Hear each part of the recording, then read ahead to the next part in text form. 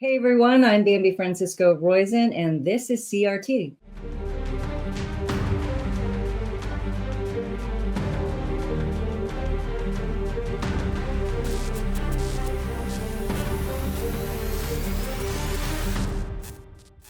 Well, Michael Medved is a political commentator, talk show host, radio show host, and author of 15 books, including The American Miracle, which has recently become a documentary, and it will air this summer, a year before America turns 250 years old. Let's take a quick look at that trailer. I came to persuade you to avoid these dangers. We hold these truths to be self-evident, that all men are created equal. If our union is to hold together, something must be done. He will become founder of a mighty empire. The fate of unborn millions now depends under God upon the conduct and courage of this army. Various founders talked about this providential experiment that God had ordained and intervened at this unique moment in American history to make all of this happen. Most of them believed that there were no accidents in history. That hope for liberty was the light that under God, he would lead them. All eyes are open or opening to the rights of man. Am I all mankind? We have been assured, sir, in the sacred writings, that except the Lord build the house, they labor in vain that build it. It cannot be denied that with America and in America, a new era commences in human affairs. America is something that I hold in my heart.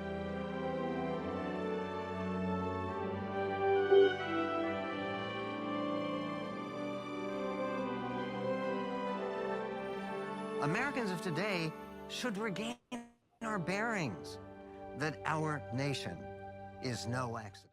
Hey, Michael. Hey. I see you there. Congratulations. Thank you. Thank you very much. This is, as you mentioned, I've done a lot of different books, and I've had experiences with several of them being adapted into movies or television shows. And this is by far the happiest experience I've had in that regard. I was working with very wonderful people, and I'm so proud of the way the film has turned out. Why is this the happiest?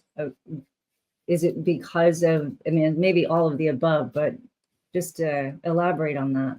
Well, I think that the people I was working with, the director, producer, Tim Mahoney primarily, were respectful of my book. And I can recognize my own work on screen. I had many years ago, there was a series on NBC that was based upon a book that I had done that I was very proud of.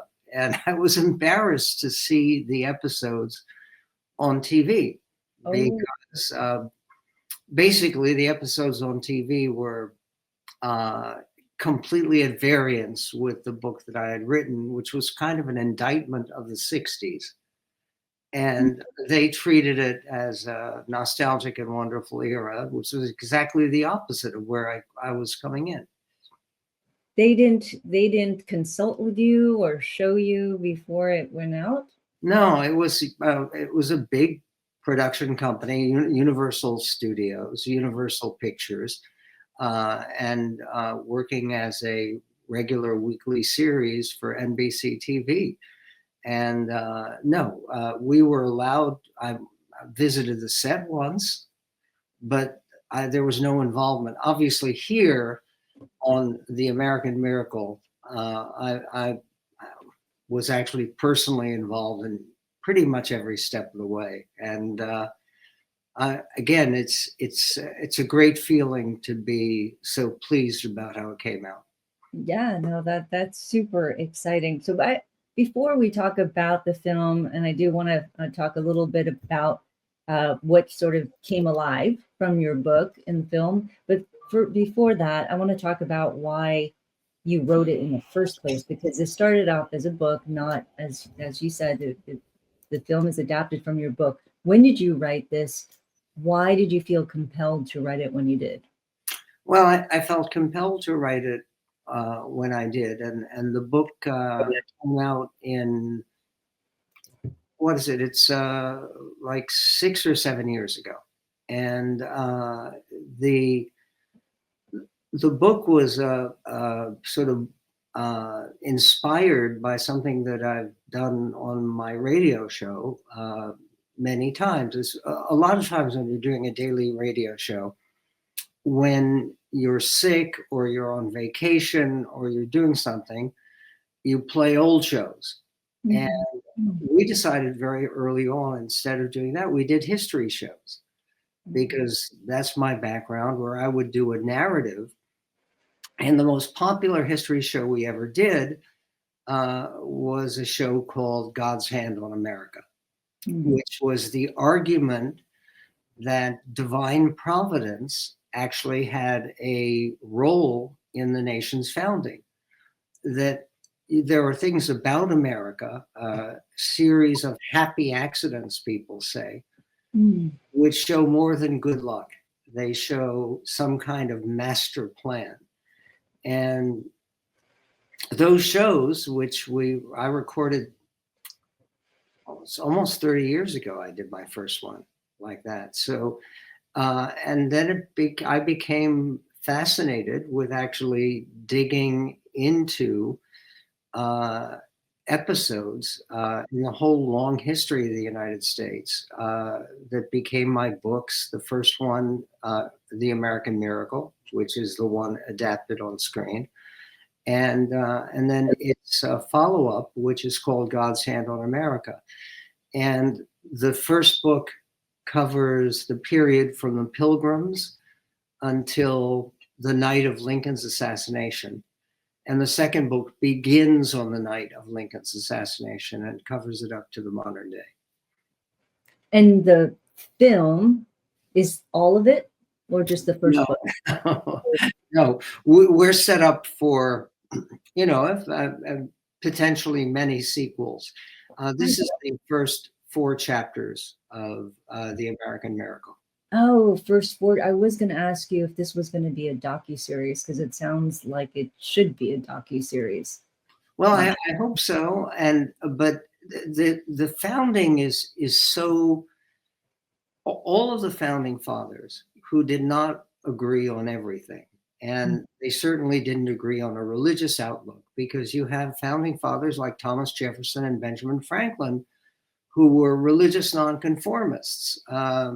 They were very independent in their thinking. The one thing they all agreed on, the very religious and the less religious, was that there had been what Washington called in his first inaugural address, the invisible hand of the Almighty that made possible the rise of America, which was, after all, a very loosely connected series of colonies on the edge of wilderness, and helped to bring America to the position that we've enjoyed historically, being the most influential, remarkable, and successful civilization ever. I want to talk to you more about your view of America, which is a view of America that I fully agree with. There are a lot of people who would not agree with you about that. So, but we'll talk about that later, because I want to find out how they received your book. But first, I would, again, back to the film. People always say the books are better than film adaptations. Were there any parts of the film that brought your words and your story to life in ways that pleasantly surprised you? Virtually all of it, because it's so difficult to do a film that makes the distant past come alive. but this, and some of this, Daniel Shippey, who plays George Washington in the film, and he has played George Washington at the historic site Mount Vernon, which is Washington's home. He personifies Washington. Has been doing that for 30 years. And there's one thing that particularly delighted me, and I didn't know this. I feel like I know a lot about the stuff that I write about because I've worked on it. Washington and many of his contemporaries pronounced names differently from the way that we do. And Daniel Shippey followed what we know to be George Washington's pronunciation, where he would say Philadelphia, which is where I'm from originally, Philadelphia. Say Americae, Georgiae. And that was just one of those. Now, not everyone in the colonies said it that, but Virginians did. And so that realism, and I had the most wonderful experience that you can have as someone behind a film, where someone came up to me after one of these advanced screenings, test screenings, if you will, and said, "Boy, the writing in this movie is so terrific." I said, "Well, thank you." I thought he was talking about my writing. He says, "That speech that you gave to Benjamin Franklin at the Constitutional Convention, it's just so beautiful." I said, "Don't thank me. That's Benjamin Franklin." He actually said those words, and we know it because James Madison was taking notes, and he wrote it down. And he was a pretty good secretary, and though only so as a president. But still, it's the idea that we were able to use the actual words of Benjamin Franklin and George Washington and Thomas Jefferson toward the very beginning of the film, and to put those words, I think, in a realistic and convincing context. I'm very proud of it. Now, the screenplay, did you help write that, or did you have somebody else had wrote the screenplay? No, it was, the screenplay was written by some other people. I participated, but there are big chunks of the material. Particularly, I serve as host of the film and doing connective narrative that allows the thing to fit together as a story. And but that is all written by me, and then taking large chunks of it from the book itself. Were there any parts that you wanted to add and they said no, or they wanted to add and you said no? Or? No, we ran out of time. I mean, the original version of the film was too long, and it's had to be to cut it back. As it is, it's about 2 hours and 15 minutes. Oh, wow. Which is a serious film, but it's not not as long as it might be. And as I mentioned, it's 12 chapters in the book, The American Miracle, and we do 4 of them on screen. Okay, so we definitely will see American Miracle 2 and American Miracle 3 down the road, I'm pretty sure. It's entirely possible because, again, the film it begins in 1826, and the 50th anniversary of the United States of America, and then takes you back to the very beginnings of the Republic. So then it goes backwards. Okay, so it starts in 1826, but then it goes back. And that's the way your book unfolds as well. Sorry, I didn't read your book. So let's talk about some of the parts in your book and in the film where you illustrate where God intervened. Right.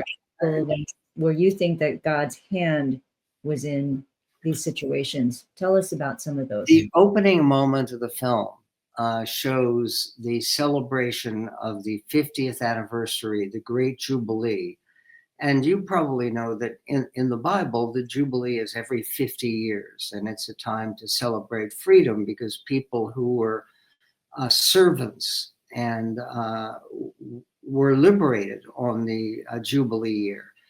And the inscription on the Liberty Bell, proclaim liberty throughout the land and to all the inhabitants thereof, is taken from the book of Leviticus, and it's that old biblical idea of Jubilee. So the film begins and the book begins with the 50th anniversary of the United States. And people thought at the time, what a remarkable blessing we have. We've been around 50 years, and the two people who are most responsible for the Declaration of Independence, John Adams, the Atlas of Independence, who became the second president, was the one who pushed at the Continental Congress for independence. And the one who actually wrote the Declaration was Thomas Jefferson. They were both alive.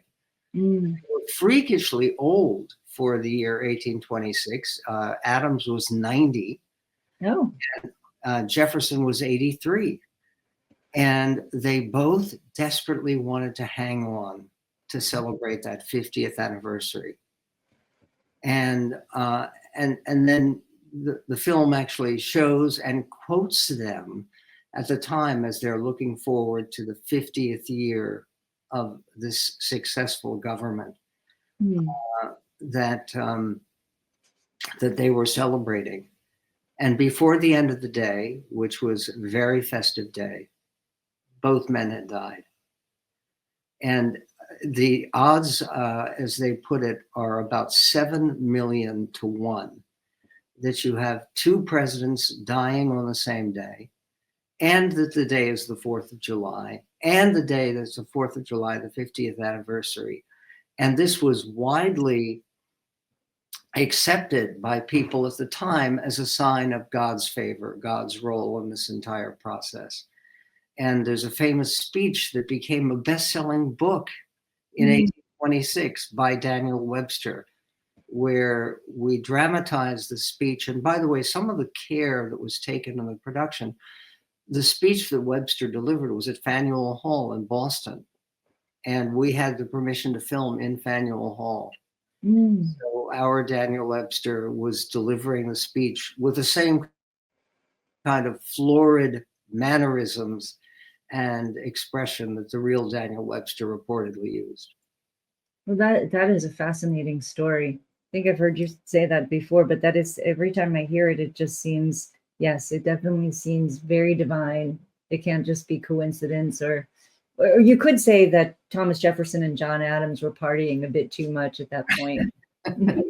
No, they were showing their age. But what's remarkable is the last thing Jefferson wrote was his letter to the city of Washington, the federal city, that he wrote days before he died, just 2 days before he died. And we have playing the older Thomas Jefferson in the movie is Pat Boone. Yes, that Pat Boone. Yeah. And who has a very natural screen presence, and he's the right age to play Jefferson at 83. So then, okay, so that is pretty miraculous, that opening of yours. What other parts of the movie show that God's hand was involved? Well, we go back to the story of George Washington, because every real beginning of America involves Washington, not just because he was the first president. He was before that the president of the Constitutional Convention. And the film makes it clear that without Washington and his stature because of winning the Revolutionary War, and the Revolutionary War, people forget, it lasted 8 years. It was incredibly costly in terms of the human lives that were sacrificed to it. But Washington was one of those figures who was not only indispensable, he was indestructible. And when you say indestructible, there are about 6 major incidents where he dodged death remarkably, beginning with contracting smallpox when he was a teenager. And he was in Barbados with his brother who was dying of tuberculosis. And he contracted smallpox and he nearly died. That misadventure allowed him some 20 years later to actually survive smallpox and to get his troops vaccinated during the Revolutionary War. And it was a big advantage that Americans had over the British. But in any event. Wait. The vaccine was a big advantage that they had? No, that the big advantage that they had over the British was that, Washington ordered the vaccination of his men, because smallpox vaccines they had at the time. And, I know people argue about vaccinations today, but in history, there is no question that one of the great blessings of history has been the fact that, smallpox, which was a devastating disease. And in any event, and I'll tell you a better evidence than making it short here and direct, is that in the first major battle of the French and Indian War in 1754, Washington was a militia officer for the colony of Virginia, and he was asked to deliver messages back and forth to the French. They were fighting as to who would control really North America. Would it be French or British people? And Washington was aligned with the British. And in the Battle of Monongahela, which is right near the current site of Pittsburgh, Pennsylvania, they had this devastating battle that's become known as Braddock's defeat. And Braddock was killed in battle. And they had 70 British officers. And of those 70 British officers who actually rode into the battle because they were on horseback, only one survived unwounded. And that one had 4 bullets in his clothing. He had 2 horses shot out from under him. But he became famous. He was 23 years old. His name was George Washington. And what's remarkable is there was a very well-known minister at the time who later went on to become president of Princeton University. But that minister did a sermon honoring this 23-year-old George Washington, saying he has surely been chosen by God to be a leader of our people. And that's kind of remarkable. And then there's another story involving 20 years later, an elderly Indian leader, Native American leader, who came to seek out Washington when he was surveying, because he was a surveyor, Washington was. He was surveying some of the land he had acquired. And the Indian came out, I wanted to see that one officer who survived. And he narrated, and it was written down by Washington's companion at the time. He narrated this speech of how they had tried to fire again and again at that tall guy on the horses, 2 of which were killed out from under him, who they seemed unable to touch with their bullets or arrows, or it was bullets mostly. But again, that kind of story, which surrounded the whole mystique of George Washington, made him so indispensable.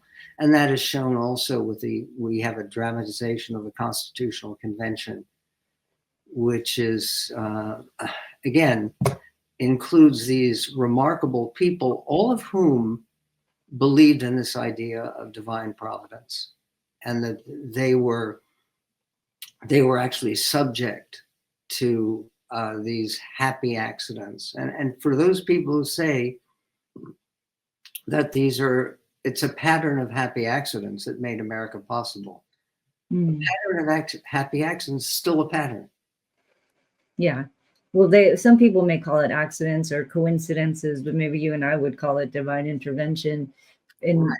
speaking of which, some people may listen to your story and watch your story and say, well, it's great that the people that are in your book and in your film say God's hand was in on this, but 200 years ago, 250 years ago, people were far more religious. Today, people know better, and they're, it was just an accident, but nice story. We try to counter that. And Okay, great. And I wanted to ask you then how you try to do that. How do you counter that? well, first of all, because the film is a combination of these dramatizations of the historic events, but also commentary. And the commentary is by some of the most distinguished historians and scholars in the United States. Joe Ellis, who is he is a two-time Pulitzer Prize winner, a two-time National Book Award winner. He is clearly the most prestigious and authoritative writing on colonial America. He talks about the logical conclusion here is that something is going on, that there is a pattern to all of this. Akil Reed Amar and Joe Ellis was my history section leader at Yale, studying colonial history. And Akil Reed Amar is a Sterling professor at both Yale Law School and Yale College teaches American history. And he's a very important voice in the film. And Robert George of Princeton is a very prominent legal and philosophical scholar who talks about these things. And we even have on someone who is not associated necessarily with any religious movement or organization, but is an Oscar-winning actor, Richard Dreyfuss, as you can see in the trailer that you played briefly. And he is present because he's a very passionate advocate of civics, of teaching American history, because there's a bit of a battle going on, it seems to me, in the culture as to whether people who look back at our history should feel guilt or gratitude. And the film comes down emphatically, as my books do, on the side of gratitude. Well, I'm a big believer that we should be looking at feeling grateful for the men and women who helped build this country, because we all have flaws, and we shouldn't be looking and praising the flaws of this world, because look where we are. We should be, because we're all flawed. And it really does. Sometimes I get so bothered when people don't realize that here we are, all warts and everything, but here we are. We've built a pretty great country, so I'm pretty proud of this country. How has your book or the film, and I know nobody has watched the film, but I believe that sometimes when you bring people into the process of even working on the film, it can influence them. Do you feel that your work has at all moved people from sort of guilt to gratitude? Well, I know that it has, because you're right. People who worked on the film, including some of the actors, didn't necessarily buy the whole concept of a providential protection for America. And one of my favorite quotes, which, this is something they cut from the film. And, but one of my favorite quotes on the subject is that Otto von Bismarck, who was the Iron Chancellor of Germany, the statesman who really built modern Germany, he once said, and I love the quote, that God offers special protection to lost dogs, imbeciles, drunkards, and the United States of America. Mm. And obviously he meant it sardonically, but it is true. If you look at his perspective, and he was a 19th century American, Lincoln, who I think is arguably the greatest prose writer in all of the history of the English language and the greatest American leader we've ever been blessed to have. Lincoln called us the almost chosen people, and very much believed that that basically the amazing things that happened to allow America to come into existence and then to survive and to prosper to the extent we have, it's all becomes overwhelming when you put it in context.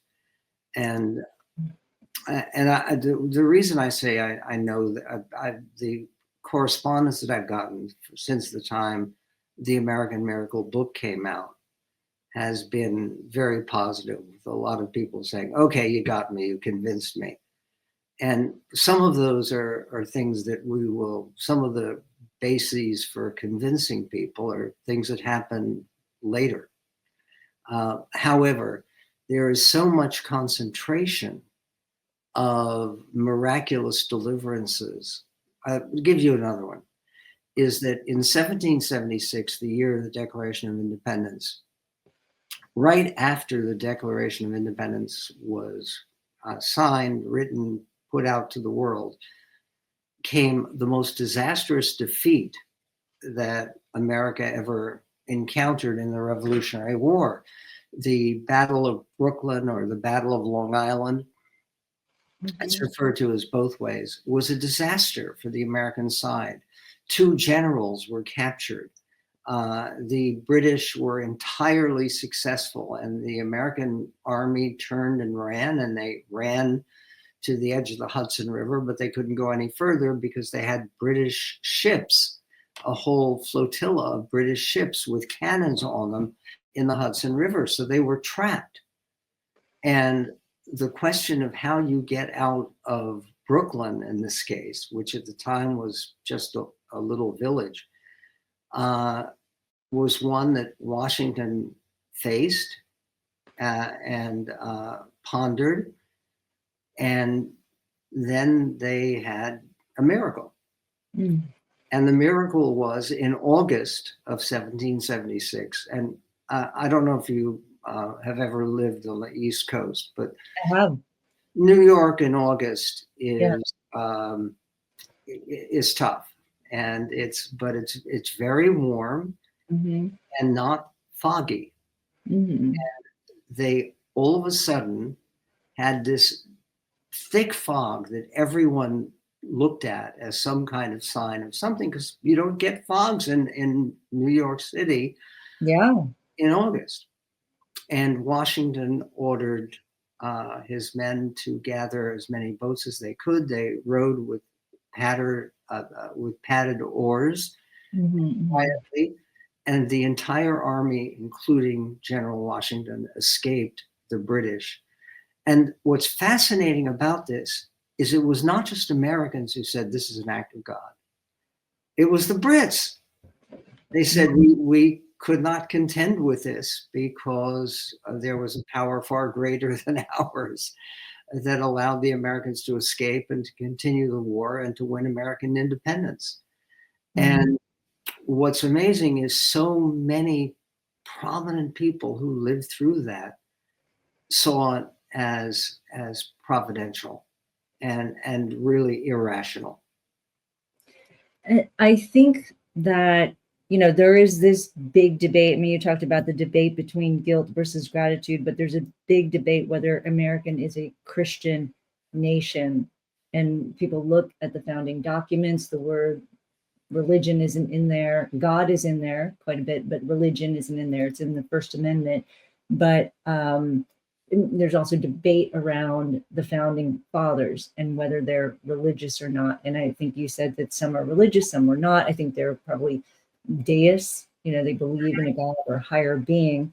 So while our founding documents are secular, at least the founders presupposed Christian values. And that is something that is really hard to articulate to many people who live in a very secular country like America has become. And so how do you explain to them? I mean, you talk about the patterns and logical conclusion, the patterns in this book of God's divine providence in this book. How do you bring that all together, particularly when you talk about the founders and their faith? How do you ever use that, or how do you use that to talk to people who just absolutely don't believe that God exists? That is a great question. And the way we handle it in the movie is relying on the words of the founders themselves. Mm-hmm. The Constitutional Convention in 1787, in September of 1787, Philadelphia, the Constitutional Convention was about to break apart.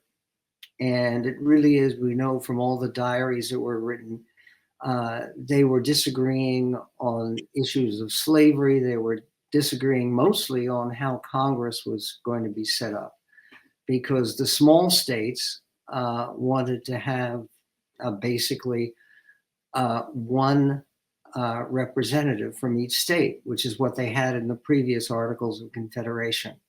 Mm-hmm. And the bigger states, Virginia was the most populous state, Pennsylvania was the second most populous, Massachusetts was populous.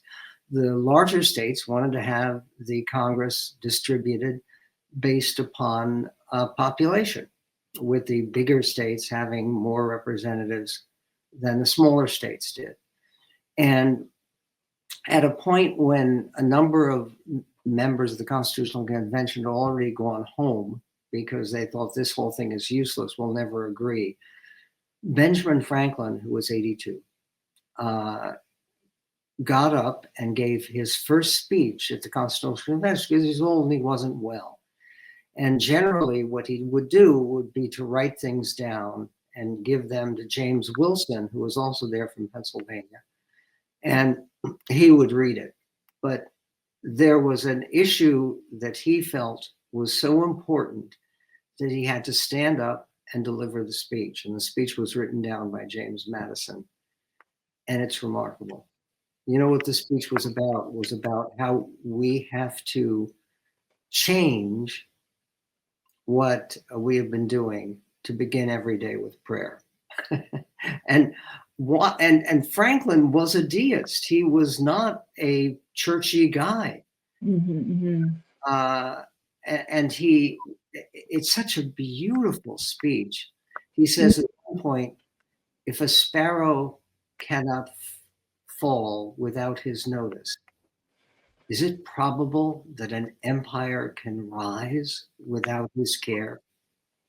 Mm. And it's extraordinary, the arguments for prayer and faith that Benjamin Franklin put up and saving the Constitutional Convention.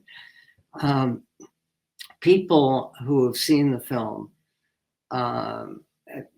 this is often one of those moments where people cry, because it is not the speech that we wrote for Benjamin Franklin. It's the speech that he wrote and delivered for eternity.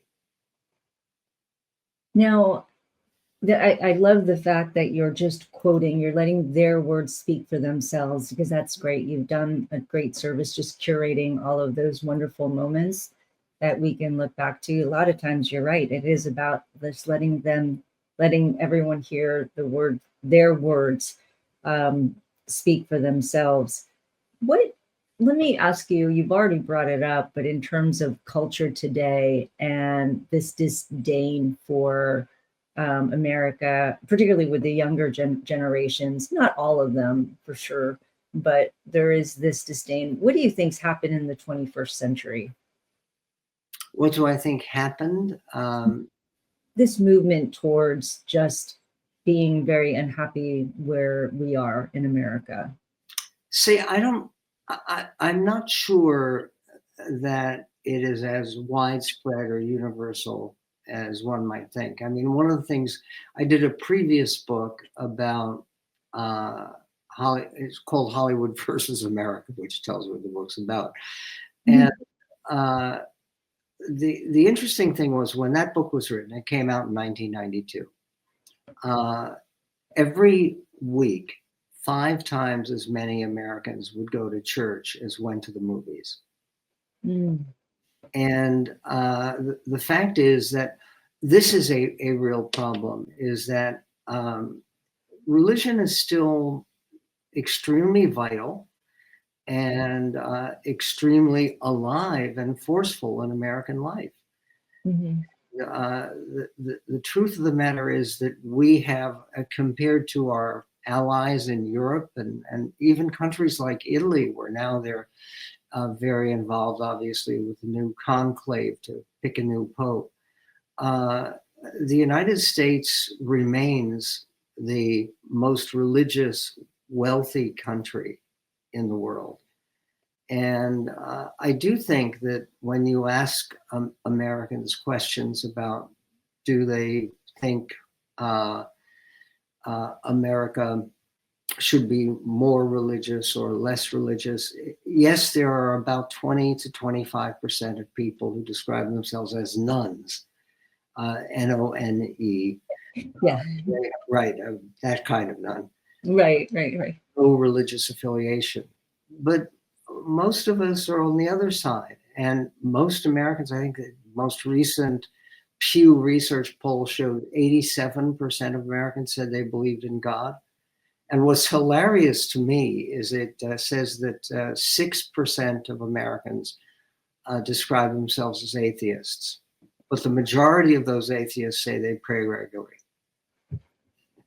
And you might ask what they pray to, but a higher power.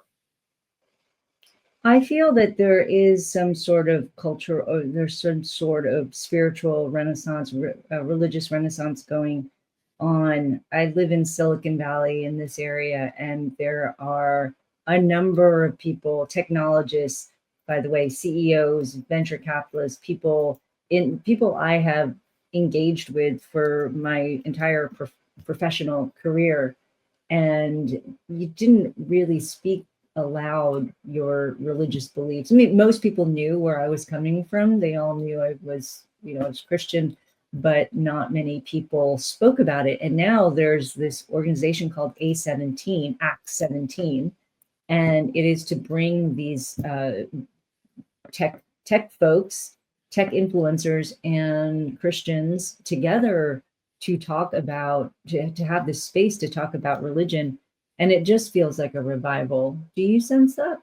I agree with you. I have been talking about this and writing about it, frankly, for a long time. And 3 books ago, I did a book called The 10 Big Lies About America. And one of the big lies is that the idea that America is on an irreversible moral decline, which is not true. My wife has written extensively. My wife is a clinical psychologist, and she's written extensively about divorce. She did a best-selling book called The Case Against Divorce. And the truth is that in terms of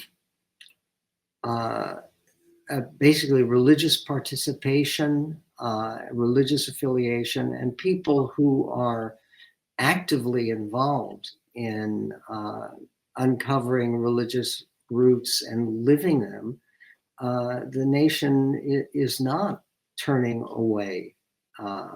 It's simply an oversimplification.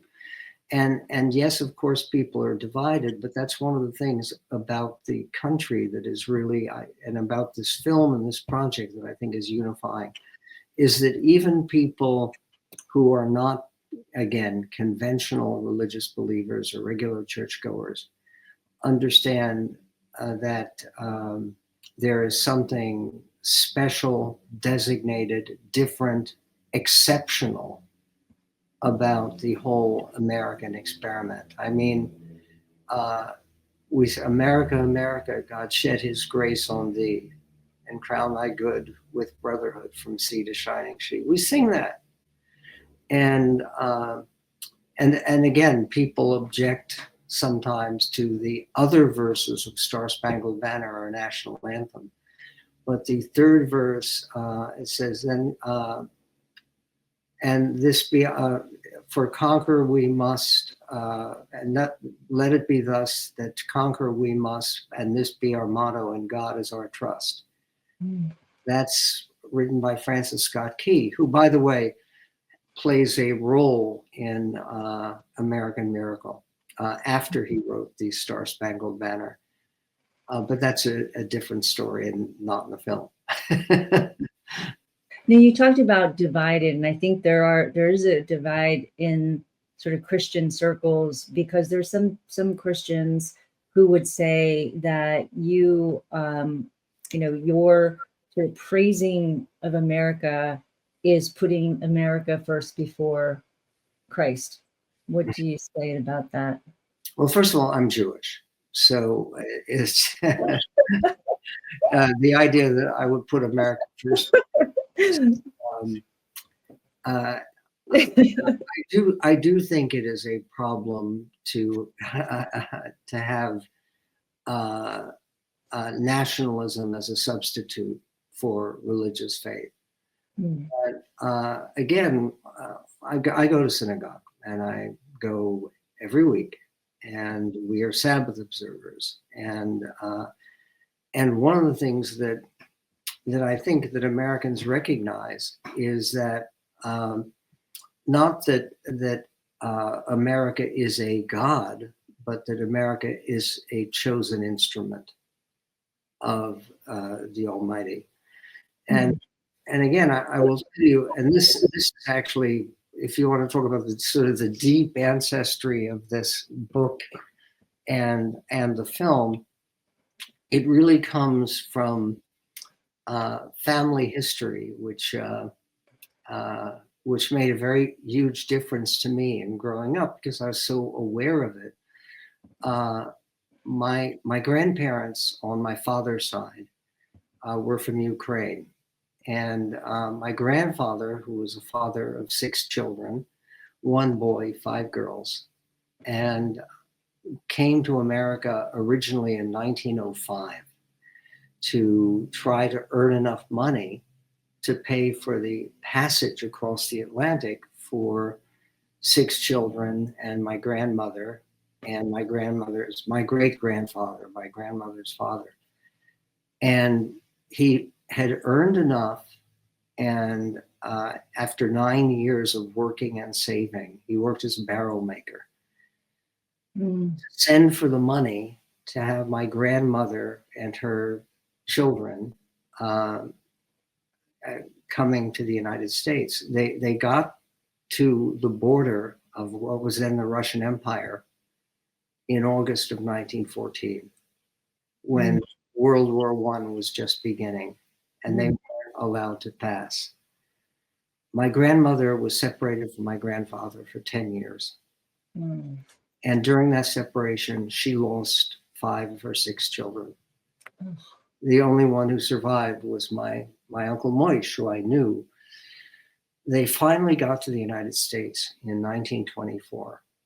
And she was reunited, hadn't seen my grandfather in 10 years. And they were very happily reunited, but they're both 50. And unfortunately, after my grandmother arrived in this country, she got very sick, and she was fairly convinced that she would not survive. She was unable to keep down food. She couldn't sleep at night.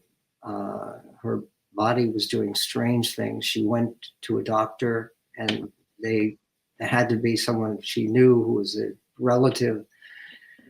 And he did a full examination of her, and he said, "Okay, sit down." And she was crying.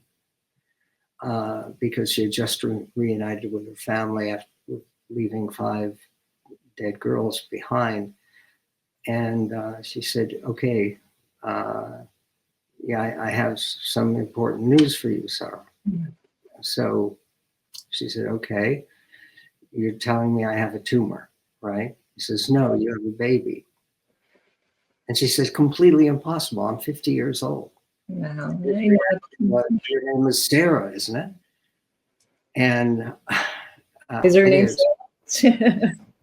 That would be crazy if her name was Sarah.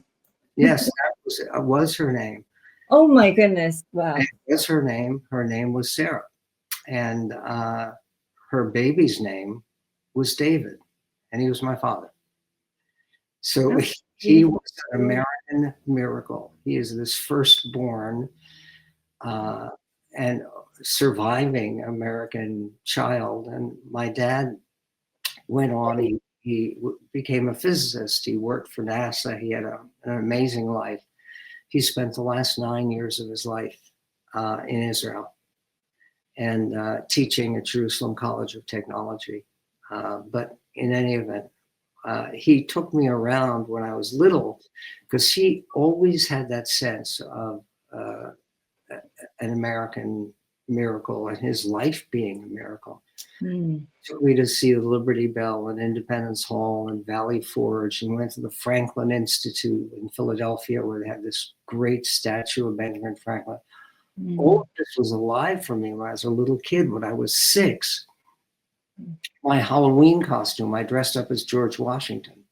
Oh my Very goodness. convincing. Okay, you were destined to write this book. Your life was full of miracles, which is wonderful because that gave you this sense of peace. And I think this is from the New Testament mainly, though, but the peace that surpasses all understanding, which is a sense of joy that that is very different from happiness. It definitely feels like that's something that you grew up with, which is why you're so grateful. No, of course, because, and again, my mother, by the way, they got out of Germany in 1934. And so I owe my life in so many ways. We all do in America. Yeah. I mean, I think of, I have some distant relatives who are still back in Ukraine. And I mean, I've had this amazingly privileged, wonderful life and you know, feel blessed by 5 grandchildren with a 6th on the way. And just had our 40th anniversary. No, that's great. Well, I mean, you're blessed, but you're also giving back to the people with your work. So thank you for that. So last question, where can we see this? Is it going to be on Prime, Amazon Prime? Because I'm a big Amazon Prime person. That's how movies. Right now, it's through Fathom Entertainment. We're opening in 1,000 theaters. Okay. Which is a great privilege. We're in California, Northern California? No, all across the country. Okay. And it's 1,000 theaters, and it opens on the 9th of June. We're having a special premiere, which has already been approved, amazingly, on June 4th at Kennedy Center. Oh, fine. And it should be a gala event. And again, I think people will not just enjoy this film and feel uplifted about it, but I think they will feel for this project and the whole message of this project with some of the remarkable personalities that we feature on screen. I think that people will feel intensely about the film and love it. Well, I'm looking forward to this, and I'm going to watch this with my sons. I'm going to recommend it to our school because I think they should watch more history and this type of history. Thanks so much, Michael, for writing the book and talking to me about your film. And I wish you the best of luck with it. Thank you. Thank you. And let me, one other small thing that I will say. We were very careful with this film to try to avoid any embroideries on the truth. I'll give you an example. In is there's an image of President Washington, of George Washington during the Revolutionary War at Valley Forge. And I'm sure you've seen it. It's he's kneeling, praying beside his horse. And it's a very famous painting by an artist named Freeberg, who, now we show the image on screen, but we explain the fact that it's historically arguable, because George Washington was not a conventional Christian. He didn't kneel. Yeah. Big point of not kneeling. So we show the image, say it became a famous image because we know he was a man of prayer. But we go to the point of saying that the idea of him kneeling at Valley Forge, even though that is such a well-known image, is questioned. So giving people as much information, as much background, as rich a background as we can, with different perspectives from the scholars who contribute on camera. I think people can take this away feeling that what they're getting is more than a fairy tale. It's a tale of truth and inspiration and of providential protection. That's great. That's great. And honestly, I think that makes sense too. I like when you said this is not a fairy tale. And if you were trying to push some agenda, it would be a fairy tale and it would come off that way. So by showing that people disagree and these are different perspectives, I think that helps people come to their own conclusion. And at the end of the day, this is between a person and God. Anyway, we can't convert them Right. as much as we try to show them, right? As much as we try to show them. So anyway, thank you for adding that. Michael, thanks again. Thanks for joining me. Thank you. Thanks for the conversation. And I'm so very grateful for your enthusiasm for our project. I've been speaking with Michael Medved. He is the author of The American Miracle, and it is now a documentary. It will air or debut in June, as Michael mentioned. I'm Bambi Francisco Voisin. You've been watching CRT.